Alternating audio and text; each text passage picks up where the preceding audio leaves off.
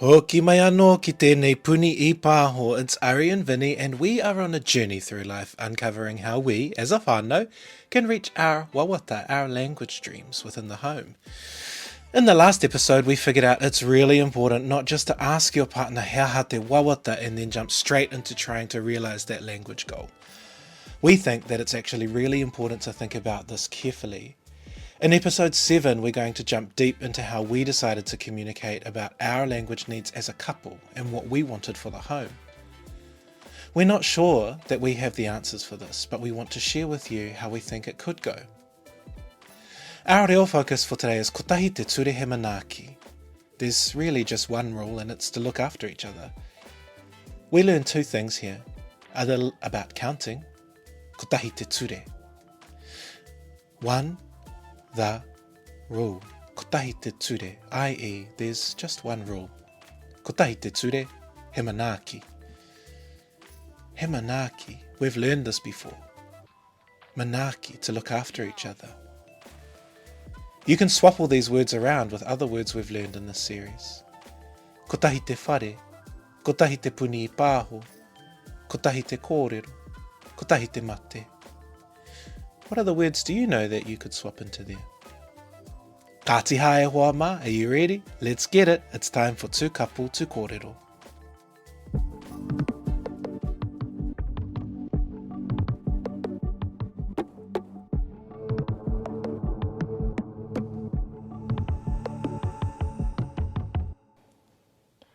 Okay, what are we talking about? Communication. Communication. It's how we That's communicate. how we communicate. Yeah, we go off on a tangent. In the last epi, we were talking about language planning, and we talked a little bit about how people communicate matters. So I think we're just diving into that a bit deeper. Mm-hmm. I mean, what was the first language chat you can remember us having, and with respect to like really doing it for us? I kind of remember it, but I don't remember what sparked it. Yeah, neither. Who is that Hawaiian activist, that female? She's passed. Oh, Nanike. Yes. Yeah. So you were Yes. showing me random videos of her, Yeah, and it was that's getting me right. real fired up, and I was like, this woman is so badass. Mhm. And I remember we were watching her videos, and then I think just out of the blue, I was like, I want to start a plan. I want us to That's right. learn te reo. And I don't even know, like, what about that whole situation was just like, no, I need to stop talking about it. I just need to start. I need to start now. And then you're like, okay, and you just went and got a pen and paper and you started writing goals that we wanted, rough timelines, how we'd do it, where we'd do it, and it came together really fast. And I just loved that I just came up with it out of the blue and you were on board straight away. Yeah. I reckon that's super, super important, like a first chat. And I don't think a lot of people do. Like we all know of times where like people we know have just made a really big purchase, you know, and their partners have been like, that's my money too, you know, like, or something like that. Yep. Like we've seen that before, we know that happens. It's happened in every bad sitcom, and so I think that first chat is really important.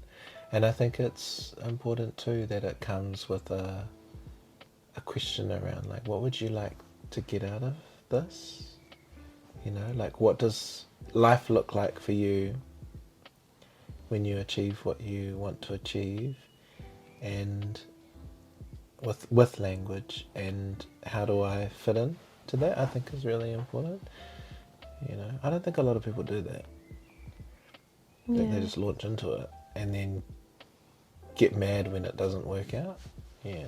I think the difference with us, where I kind of just launched into it, not in an unrealistic goal, like I want to learn te reo by next week, but I think the difference with us is that I knew that was always your plan. Like from the moment we met, I knew that it would always be something you wanted for your whānau. But we hadn't had that proper chat yet. And I feel, and you can correct me if I'm wrong, but I feel like maybe you were waiting for me to have that feeling before we decided. Like you've never said to me, Kosa, this is what I want, come on the journey. You had always said, this is what I want. And you knew that it's something that I wanted, but maybe I wasn't ready for it then.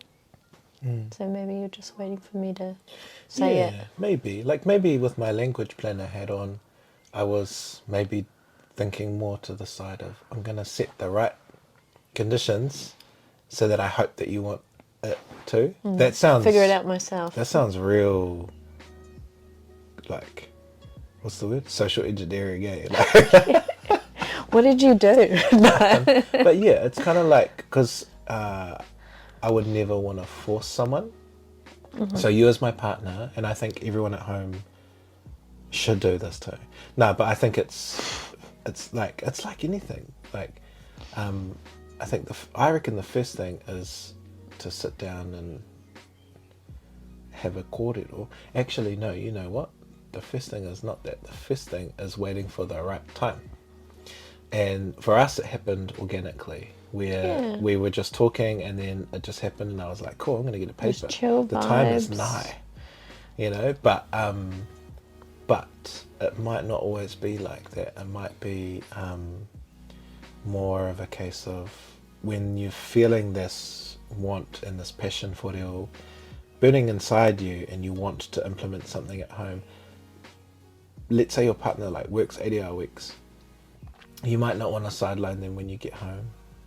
When they get home, you might want to be like, hey, I want to make a really big language change in our home. Can we find some time to talk about it? You know, or like, can we prep ourselves to talk about it? Because you and I have done that for other things. Like we're not ready, but we know we need to do it. So we kind of like, can we block out some time on the weekend, or, you know, so we can clear our minds for it? Clear our schedules and our minds. Yeah. It's good to know when we have the big chats that it's coming and it's not a surprise. Yeah. I always think, ko tahi te ture he manaaki, the first and only rule is to try and take care of that relationship in all respects. And for language planning, that's so important. You want to manaaki the communication pattern. And so if your communication pattern starts with, you know, I want to do this and it's happening, and you're going to change now. You're going to drop everything that you do in life and you're going to do it in a different language. That's such a big ask, and I don't think that carries the element of manaaki that's so important with this stuff. So we didn't have to do that as a first step, but I think we do that in other areas, and I think it's good. Yeah, a lot of areas of our life, like financial situations, relationship decisions. Like at the moment, we're planning our wedding, and if I was to come home one day and be like, Vinny, I just dropped like X amount of dollars on this venue and hadn't spoken to you, and you'd be like, oh, okay, you've just made this decision for us, and you might feel like you have to go along with it, or you might be like, actually no, you didn't speak to me about that, and that's not what I want. I'm really thankful for the kind of communication that we have, because we've never had those moments where one of us just pulls the trigger on something and then just kind of dreads having to have that discussion later. The decisions are always made together. You and I have rules with each other, you know, and I think every couple does. There's this really cool book called Bilingual Couples Talk by Ingrid Pillar, and Ingrid talks about that heaps, about when you meet each other in a language, you establish rules around communication. And when you uproot those rules, it's like meeting your partner again, which feels awkward, and meeting someone like you're meeting them for the first time. And that doesn't feel comfortable, and it certainly doesn't feel comfortable in your own home. And no one who executes a language plan is going to get through it comfortably. Like, it's always going to be uncomfortable. So setting it up with good comms, seems like a good thing to do, knowing that you're both about to jump into something really uncomfy. I think it's also important to try to remain the same people in the language space. Like, I remember in an earlier podcast that we did, I had said that when you're in a Māori space, I feel like you're this whole other person. Like, the Vinny I have at home is different from Vinny giving a kōrero in front of 200 people. But that language space outside of the home and that setting, that environment, the people there is different from our language space in our whare, where it's just me and you. And you are the same person in both languages in our house. Double lane. Yeah, you're a nerd in Māori as well, and I love it. But I think it's important to stay the same and treat your partner the same way that you would in English. Like, I've heard of situations where couples in English might be making all the same decisions together, but maybe one is Māori, one is not Māori, and then as soon as the language plan stuff starts coming up, the person that's Māori decides they will take charge of that and make decisions for them because they're in that space. Which I think is a bit unfair. Do you think that can be a proficiency thing too? Because I feel like that can be... I feel like you're right. I feel like I've seen that heaps, not just with Māoris, heaps of languages. Yeah, for sure. And like, it seems to be like the proficient one going, well, I'm the proficient one, so I decide how it works. But most of the proficient people don't know anything about the cogs of language planning. They just have the language, which is like not the same thing. Arguably, if you're the one who's learning, like I've got more toke to learn, I might want to dictate about how that language plan goes a bit more.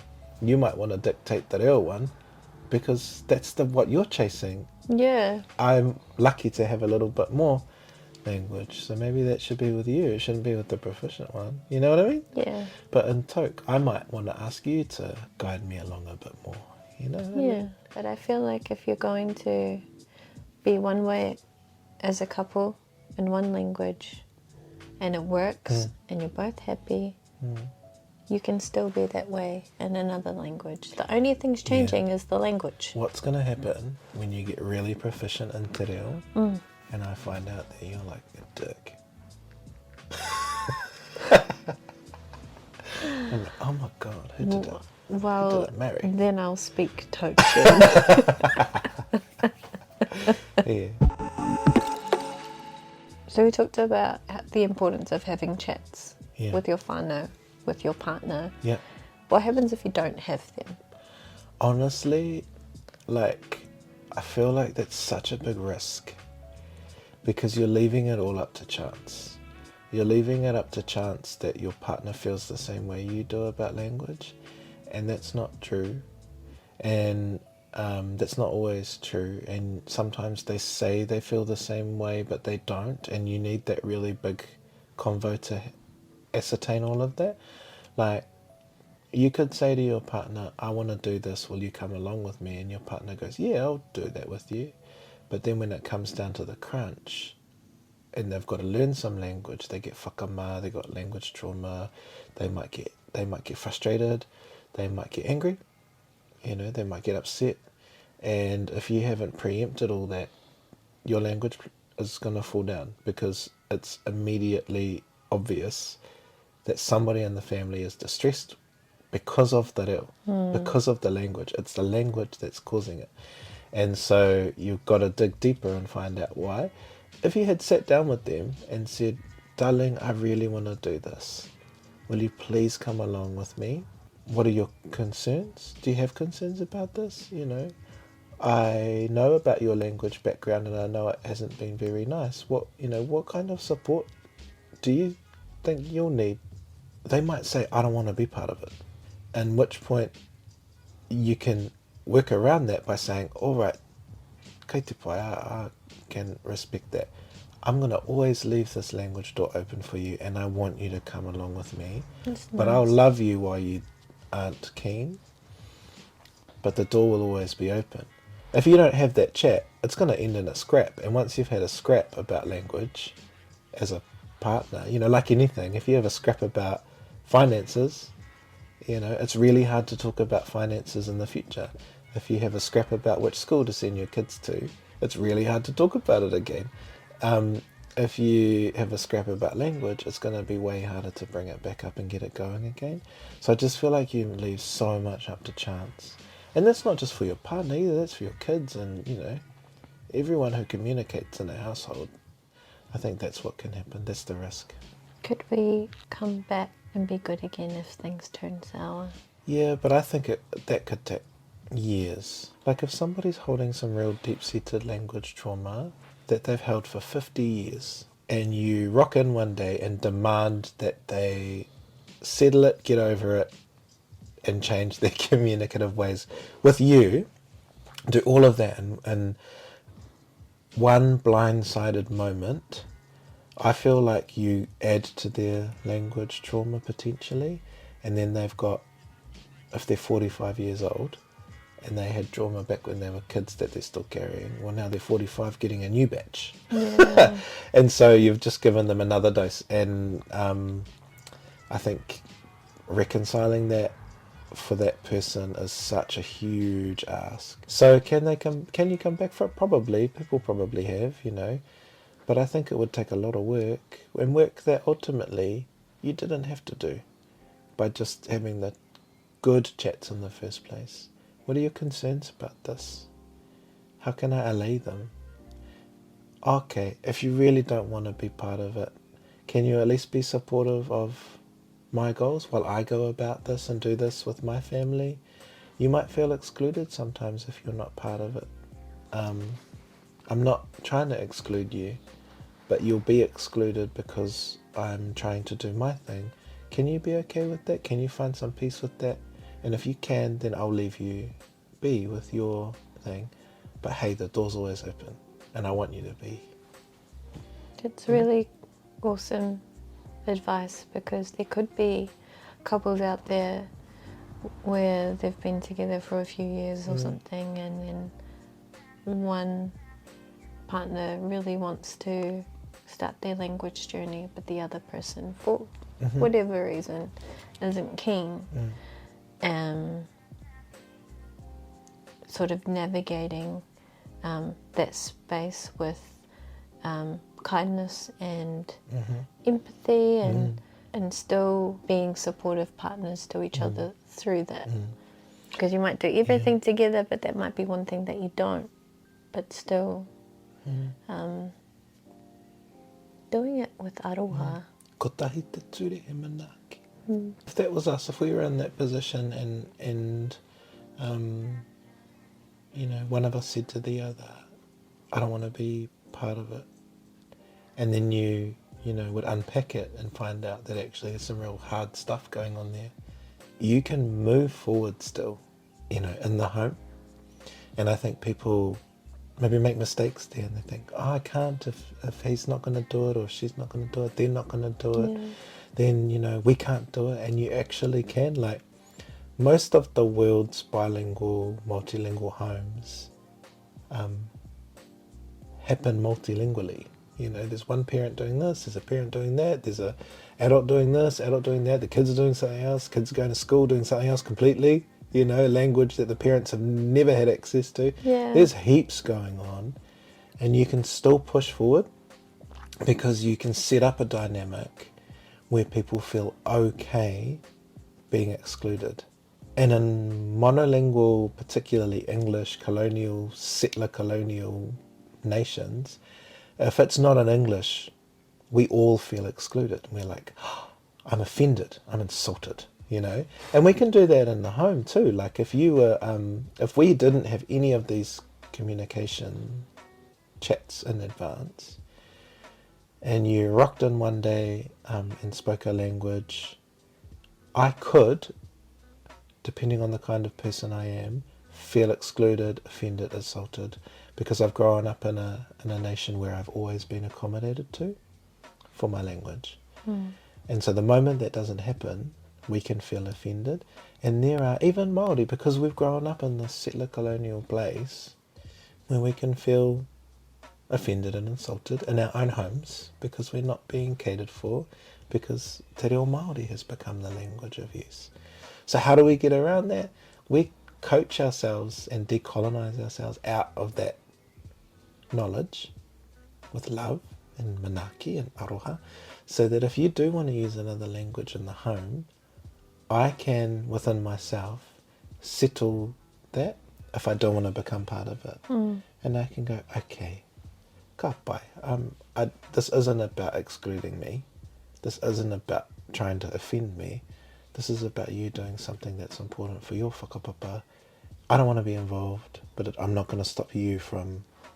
And heaps of beautiful examples of multilingual Māori speaking homes out there where one parent doesn't speak the language, but they sometimes are the person doing the most in other areas. Like, they might be the ones driving the kids an hour to school because the Māori medium school is an hour away. So they might not be able to participate in the language, but they're the ones doing the 2 hours of driving to get them to the right school that's in the right language, you know? So there's all these other things when you do it nicely and with love and with aroha, that your partners can come through for your plan, even if they're not able to get through their tough stuff. And then honestly, I reckon heaps of them do end up getting through it because of their experience, because it's been positive, because it's happened with love. They go, oh, actually, this is really cool. And actually, I have picked up this language by being excluded, but loved through it. I remember really early on in our relationship when we talked about your want to, when you had kids to, sorry, children, not kids. I'm getting corrected. The wairua of my grandmother. She's like, they're not goats, they're not kids, they're children. I said kid before. Sorry, aroha mai. Sorry, Grandma. Sorry. When you had children, that you would want to speak te reo to them in the home all the time. You wanted to be the teacher and speak it to them. And at that time, I didn't have as much te reo as I have now. And I remember hearing that and thinking, oh, where do I fit in this plan? Maybe I'll just... At that time, I didn't picture myself speaking te reo by the time our babies arrived. But I thought, cool, I'll learn alongside our babies. And you said, well, I could be the te reo speaker in the home and they get English from you. And I thought, cool, like I can still contribute in some way, and then they'll be picking up 2 languages at the same time. But now that we've been together longer, like since that time, I'm like, no, I can do the English and be involved in the te reo and even add some tokelauan in there.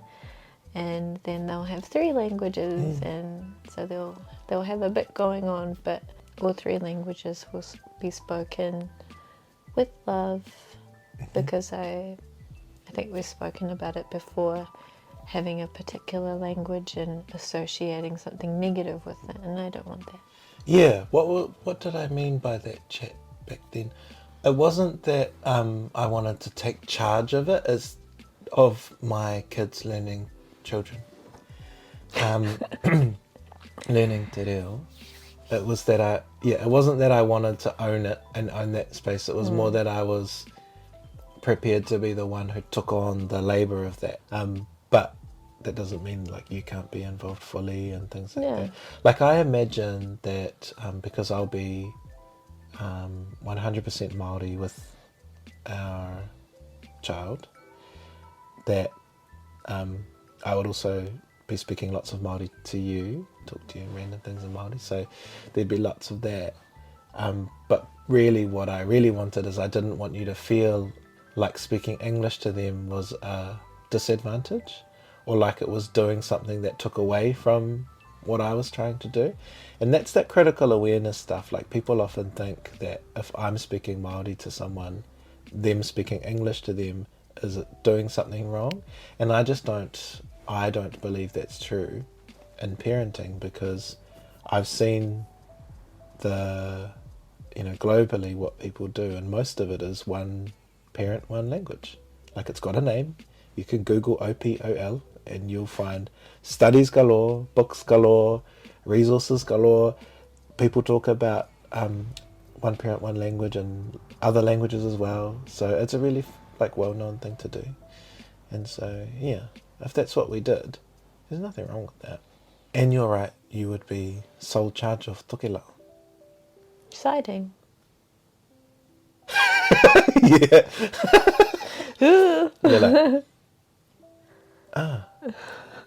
Okay. cool. That's on me. But you know what I mean? Yeah, I do. Yeah. What shouldn't you do? As the pants wearer.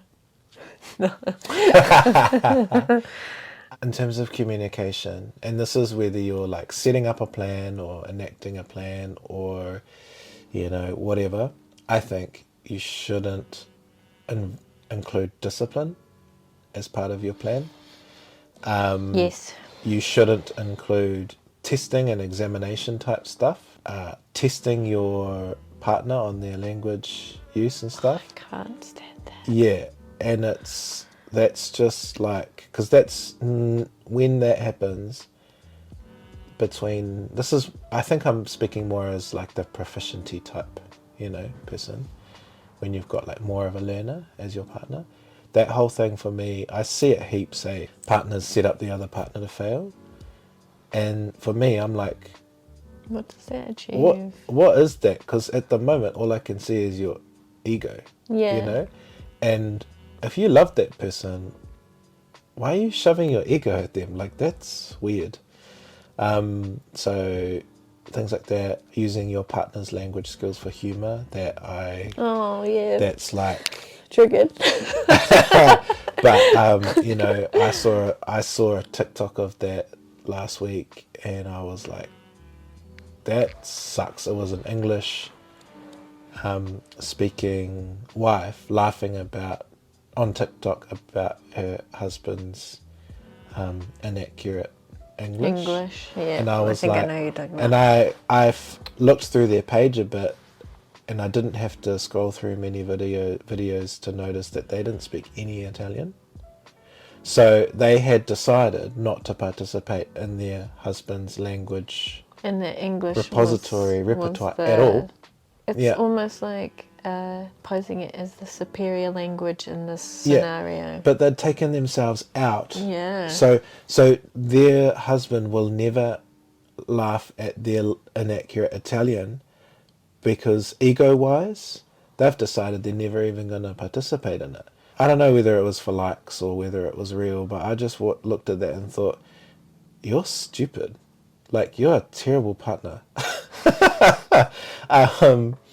And that's the worst. So those kinds of things, when it comes to language, like if you're incapable of stowing your ego, then like I think you should find something to support yourself to grow as a human. But you shouldn't do that. And so those are real don'ts. That's with partners. With kids, disciplining for not speaking that language, you know. If you don't speak Māori, you know, then blah blah blah blah blah. You're not going on the Māori if you can't PlayStation. speak it, or... Yeah, you're not going on the PlayStation.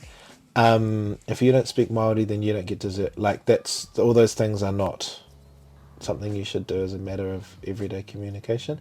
If you're busy just having chats in your language and executing your plan, just have it. Like, let people make mistakes, let people miscommunicate. Like, who cares? Because then every communicative thing becomes a class, and classes mean surveillance. So I never want you, if we were engaged in like a teaching thing, because you'd ask me a language question and I was like, I want to show you and, you know, teach you, that's one thing. But if you then say something to me the next day and it's like, where's the paper, you know, where's the cups, or, you know, where's my phone, or something like that, and if you say that and to me in Māori, you know, kei taku wai ā-pū kōrero, you know, and if you said that and you made a mistake, I'm not going to correct you, because that's not a learning moment. We're having chats, and if I turn those moments into teaching moments and correction moments, then you are going to take on this element of, I'm being surveilled all the time. And no one likes to be surveilled all the time with language. And it kind of knocks your confidence as well. Yeah. Like, I've never spoken so much te reo in my life out loud. And not to say that I'm like fully confident doing it, but I'm more confident than I ever used to be. And it's beyond kia ora, kei te pēhea, koe, and all those sort of things. Like, I can string together different sentences. And at home, I have no problem just throwing something out. You said something before. Like an hour ago you said something. He aha te kupu o te rā. Yeah. Exactly. And I just guessed that. That and was I was me. like, sounds correct to me. And it is.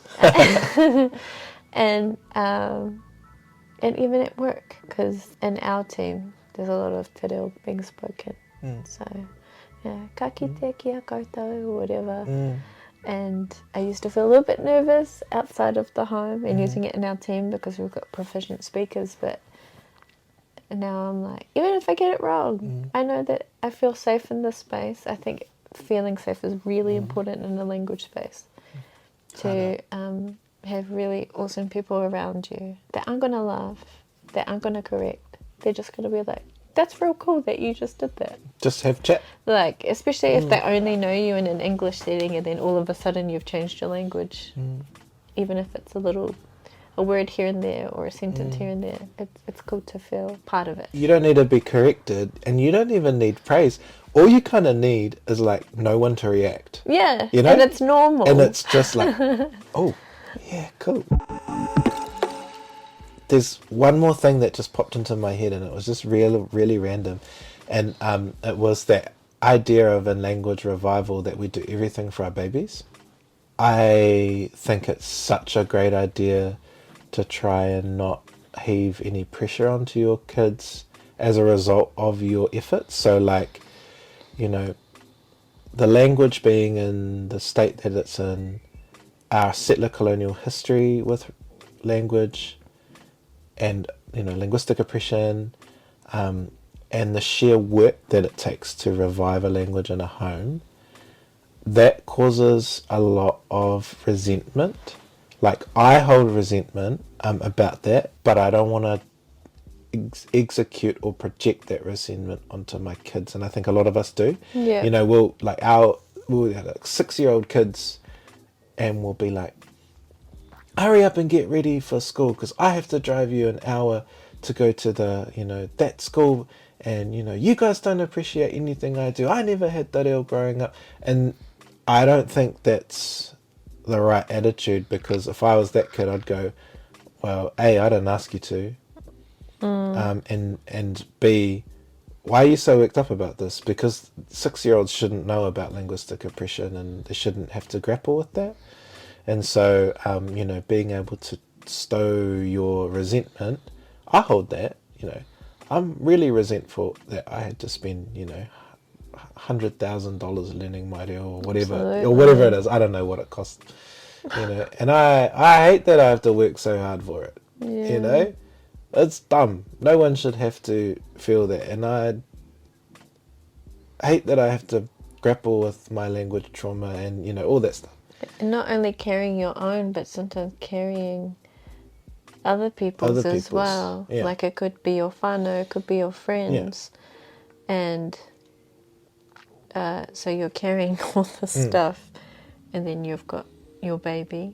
Like, I've got my 10-year-old, and I try really hard not to make him feel the way that I felt at his age. I didn't really have a choice to take Māori, but I took it and stuck with it for 3 years. And I remember a few times Māori television being on TV and someone asking me, what are they saying? And I'm like, oh, I don't know. Something about whatever picture I could see on the something about politics. How do you not know? Like, you take it at school, and it's like, okay. You've taken 6 weeks of reo classes in, you know, year 9, and then everybody thinks that those 6 hours of exposure equates to, when I have an 5 entire other classes exposure in to the language. day as well. Yeah. But somehow I'm going to I'm going to be the next journalist. Yeah. It's so funny, eh? People just have these intense expectations about language. But what blows my mind is when you get that from people that don't even have it themselves, and it's just really, it's a weird position to be in, especially when there's like a power imbalance there, like an elder or something. It's not like I could turn around and be like, well, you tell me, what are they saying? Why are you asking me? So that's another, don't do that. Yeah. Actually, now that you say that, I'm thinking about other do's and don'ts. And I don't always like clinging to don'ts, but there are some things that I just think, don't do that. Commands. Like the amount of time, I see it on social media heaps. Every time someone wants to publish something about kids, on it might be a parenting page, it might be a language page, it might be, something else. They're like, here are 10 commands you can use at home. And it'll all be in a language. Yeah, and it'll all be stuff like put your clothes away, do the dishes, clean up, clean your teeth. And I think, how's that gonna make a child feel good about their languages? Like, if you were raising your kids exclusively in a language, so they're getting the whole range of emotion, positive and negative, all good. You can, yell at them in language, in whatever language, that's fine. But if you are doing a small amount of language and you're on your journey somewhere, I would totally not do any manner of discipline in that language. It would not feature in my day at all. I would do that in the other languages. So for me, that might be English. I would be doing the language of praise and love and care and happy. That's what I'd be doing in my target language, so that they associated only good things, And so that would be something else, is our relentless want to just nag kids to do stuff carries into our language patterns as well, where the first thing we want to teach them is control. And I just think that's, for communication, that's like the opposite. Yeah. So, if people are going to include commands, I think it needs to balance out with praise. And 100% of children who are exposed to only discipline don't speak their language. That's a figure I made up. But it's a good one. There was a Dr. Mini Academia. Pa kotahi te ture he manaaki. Where do you think we are on our plan? I think that for us, like, we could make a little time to sit down and figure out what's next for us. Like, our plan way back in the day was to work towards that goal of having a more Māori language presence in the home, and that I was just going to drop stuff in sentences with you, because you already have a good, command of. I can understand you more than I can reply to you, but the cool thing is that even if I get it wrong, I sometimes try to reply to you. And the sentence, like, you always understand what I'm trying to say. Or if I don't know a word in Māori, I'll just say in English. Good. But yeah, I know some sentence structures, and I might try and make it up. If I don't understand you, like 8 times out of 10, I'll get what you're saying. But if I don't understand you, I get you to break the sentence down for me so I can get it, and then I try and remember it for next time. What do you think your, next want would be? I mean, you're doing so great, and especially now that you're in a different workspace, which is a Māori language or Māori speaking workspace, like, your access to reo is a lot different to what it was when we first had our chats, and maybe it's time for us to review it. But what would be your next thing for us in the home for us to work on over the next 6 months or a year? Or It's a good question. could be anything. Gardening. Probably having, because we haven't really allocated time for reo in terms of like, okay, for this next hour we might just speak into reo or something like that. Like, we haven't gone that far. It kind of just happens naturally. And that's a massive ask. Yeah. To go right now. Yeah. You know? Do you know how some people like might allocate a whole day to it, or Like, only if you're in the kitchen you only speak te reo or something like What that. would be yours? So if I was with my language planner hat on, I would be like, okay, I'm gonna ask you to pick a time of day, a place in the house, or a thing that we do regularly. So task, place in the house, room in the house, time of day. You got to pick one of those. What would you pick? 5 o'clock. 5 o'clock. Just one. Kitchen. You only have to pick one.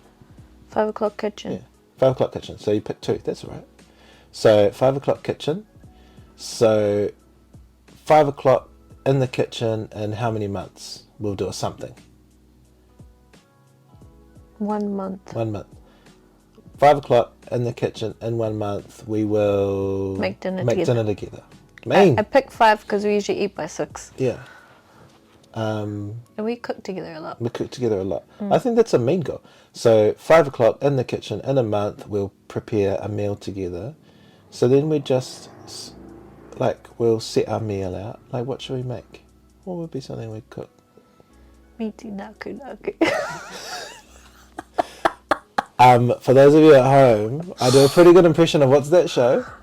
The Ringins. The Ringins. Miti naku naku. Okay, so that means, like, now that we've picked our meal, like, we'll do like a nice Asian mince or something like that.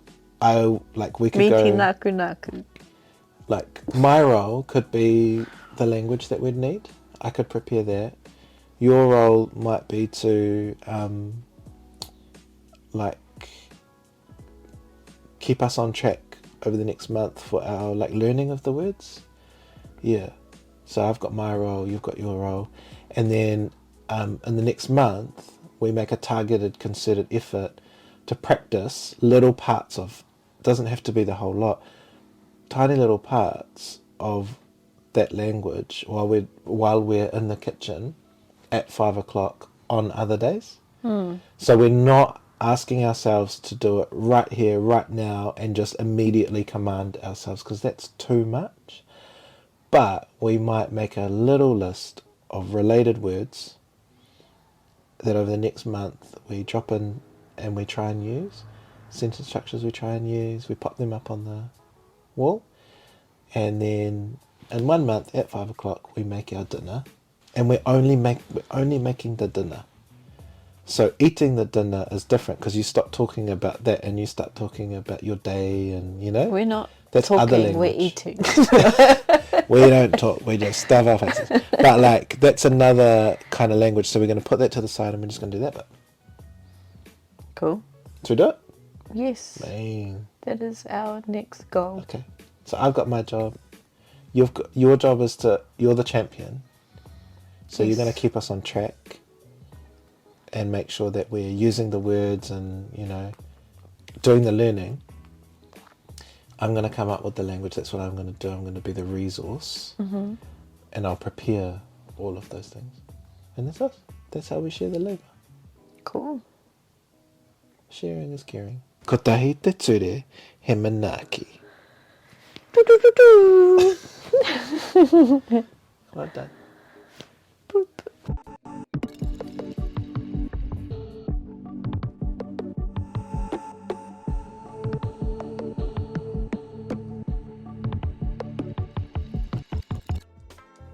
Talk to your partner about this. Set really good communication avenues. I think that's what we're really trying to get at here.